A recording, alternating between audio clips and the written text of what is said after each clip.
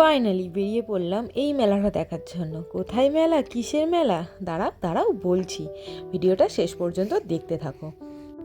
প্রথমেই বলে রাখি, আমরা কিন্তু বেরিয়েছিলাম দুপুর 3টের সময়, আমার মেয়ে আর আমার যা, আর পিক আপ করতে গিয়েছিলাম আমার বেস্ট ফ্রেন্ডকে।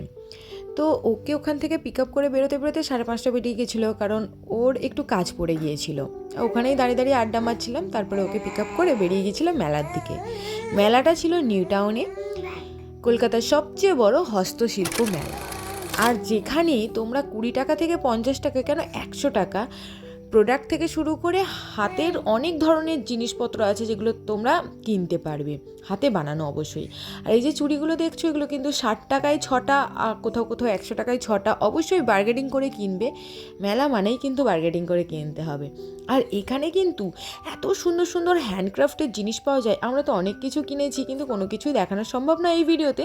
বড় ভিডিও আসতে চলেছে আমার এই চ্যানেলে, তোমরা কিন্তু লাইক শেয়ার সাবস্ক্রাইব করে রেখো বড় ভিডিও দেখার জন্য। আর হ্যাঁ, একটা কথা না বললেই নয়, এখানে এত সুন্দর সুন্দর জিনিস আছে যে তোমরা কোনটা কিনবে আর কোনটা কিনবে না ভেবেই তোমাদের সন্ধে হয়ে যাবে। আমরা ঢুকেছিলাম 7:30টার দিকে, বেরিয়েছিলাম প্রায় 9:30টার দিকে। কখন যে কিভাবে সময় চলে গেল আমরা বুঝতে পারিনি। হ্যান্ডক্রাফটের জিনিস দেখতে এতটাই ব্যস্ত ছিলাম যে আমরা তো ফুড কোর্টের দিকে যাইনি।